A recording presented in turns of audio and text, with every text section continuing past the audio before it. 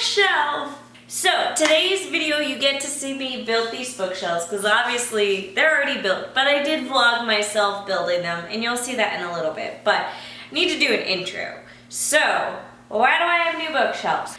Well, to give you a little bit of background, so this room is actually technically part of the master bedroom. So this area is just a room with a big wall that obviously is now full of bookshelves. It has always been full of bookshelves, but now even more bookshelves. Over there is where our actual bed is. And then this is just an open spot. So we have an oddly large master bedroom. And when we bought the house, I knew right away that this area was gonna be full of bookshelves.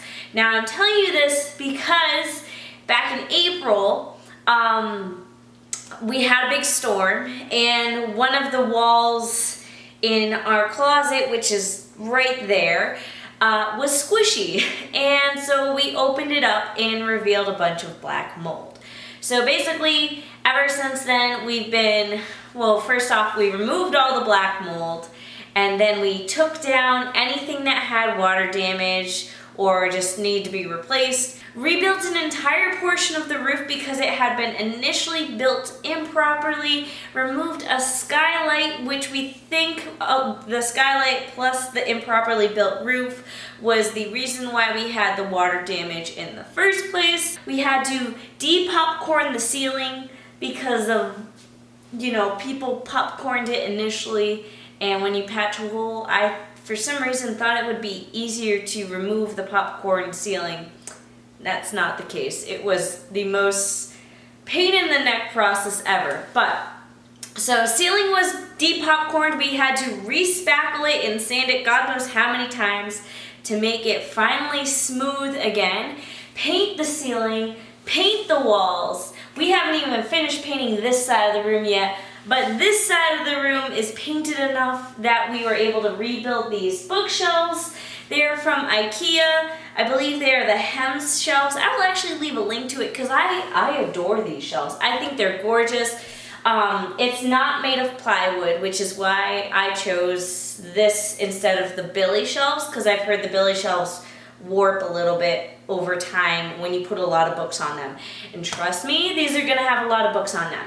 So what these shelves used to be was two old oak shelves, and they matched perfectly, but I just wasn't a fan of the color. And then I had a third bookshelf that was just black and short and stubby and didn't match at all.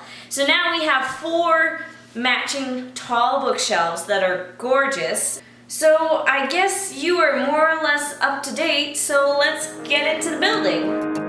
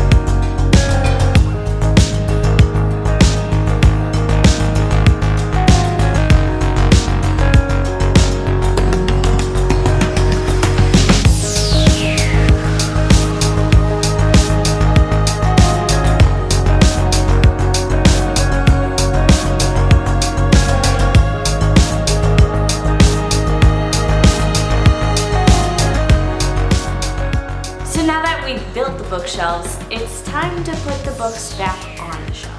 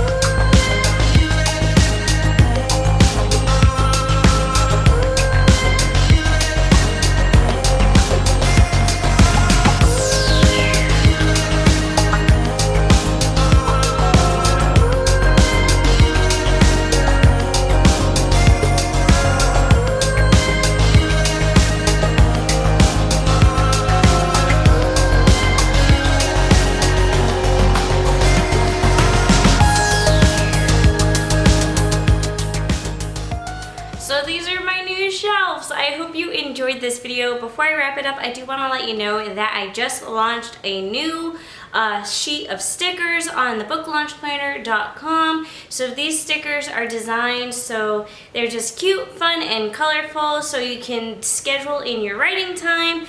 So for example, you could say you write from 6 p.m. to 7 p.m. or whatever time of day works for you. You just write in the time in these little boxes, you peel the sticker and paste it into your planner, whether that's, say, an Erin Condren planner, the book launch planner, or just a bullet journal, whatever you use to plan your days. So the link to purchase these stickers will be down below, and you can also check out the other stickers I have on my shop.